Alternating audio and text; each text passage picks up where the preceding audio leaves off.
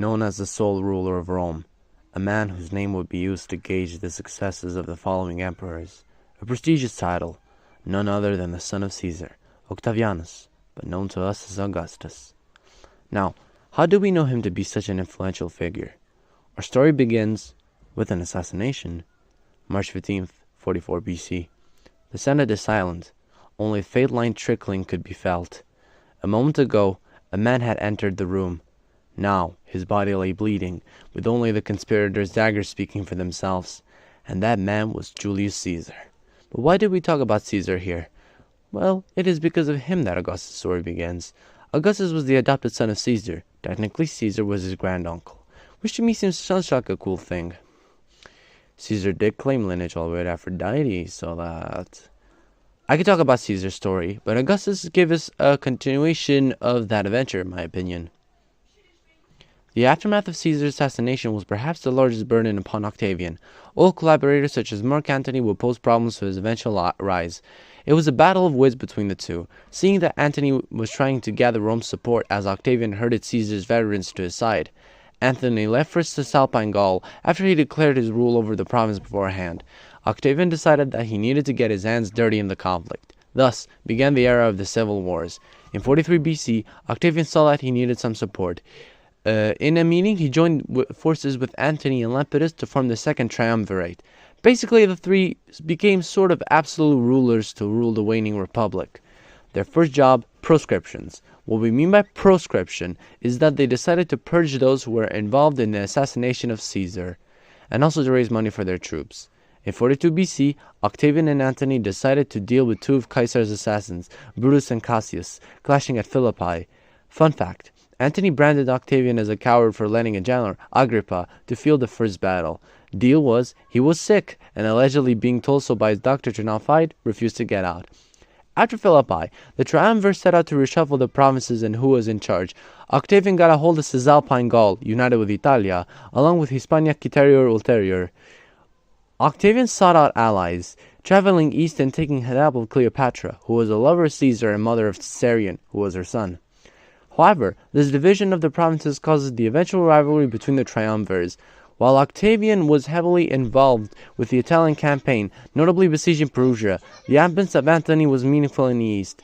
His power was challenged by his wife and brother, so his rule was looking shaky.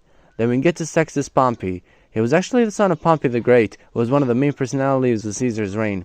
His strong rule of Sicily and key naval forces made him a very dangerous threat, due to his potential to blockade grain shipments. However, Octavian's naval expeditions were disastrous due to storms and his lack of experience, leading to him having to rely on his talented general Agrippa. With a fleet rebuilt, in 36 BC, Agrippa clashes with Sextus at Naulacus. After this, Sextus flees and is subsequently killed, and now Octavian rules the master Mediterranean. Trouble was brewing with Lepidus' claimant to power, as it seemed that he wished to solely rule. That was challenged by Octavian, who basically stripped his authority. Lepidus was effectively retired, with only Octavian and Antony truly ruling. In the east, Antony was moving ever closer in relations to Cleopatra, with both of them becoming political and even romantic partners, which culminated with Antony giving her eastern territories that were rightfully Roman. Octavian, ever the savvy man he was, took this as a chance to make propaganda from Antony, showing how he left Rome for Cleopatra and ever wanting to identify with the eastern ideas rather than the Roman ideals. And Octavian stumbled also upon Antony's will, further cementing these ideas and causing Roman outrage.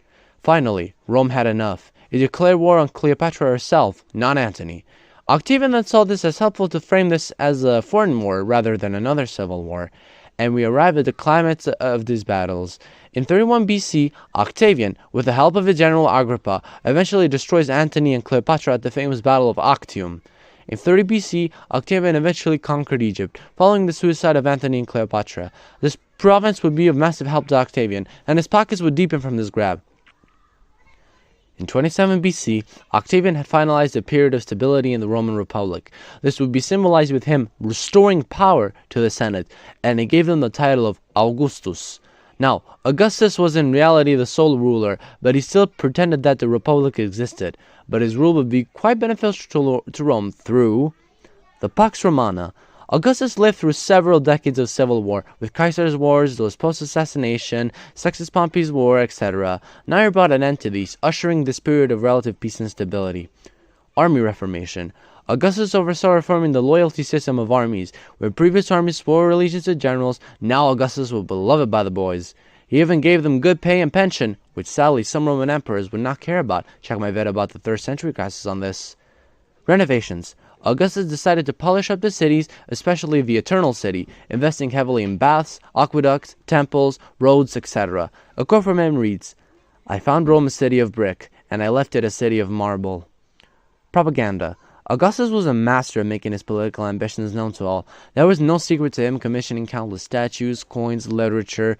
Even the poet Virgil was promoting Augustus' idea of divine restoration, though Virgil did also satirically pose him as the main character of the Aeneid, subtly.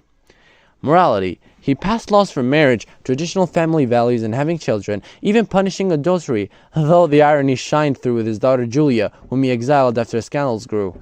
Expansion. Augustus made sure to expand as much as he could. He took all that he could, but a disaster made him change his mind. In the Teutoburg forest, 3 legions were marching to campaign towards Germania when they were ambushed by the tribes. What was concerning was that almost all were slain without a single fight. This, being already bad for his image, made Augustus think twice about conquering, especially in Germania. Modesty. Augustus was notorious for being humble. He was described by historians, such as Suetonius, that he claimed to simply be Rome's first citizen, and that he dressed simply. Though it is debated if that was a political move or genuine, but for me, it's probably a mix of the two. Succession. Augustus has no surviving son, so succession was uncertain. He planned to choose either Marcellus, Gaius Caesar, and or Lucius Caesar, but they died, leaving him to choose Tiberius as his successor. Augustus passed away in 14 AD, leaving behind a stable and growing empire, though some of his successes would either be very great or be very terrible. In the end, he was simply the first step to Rome's greatness. Thanks for watching. Goodbye.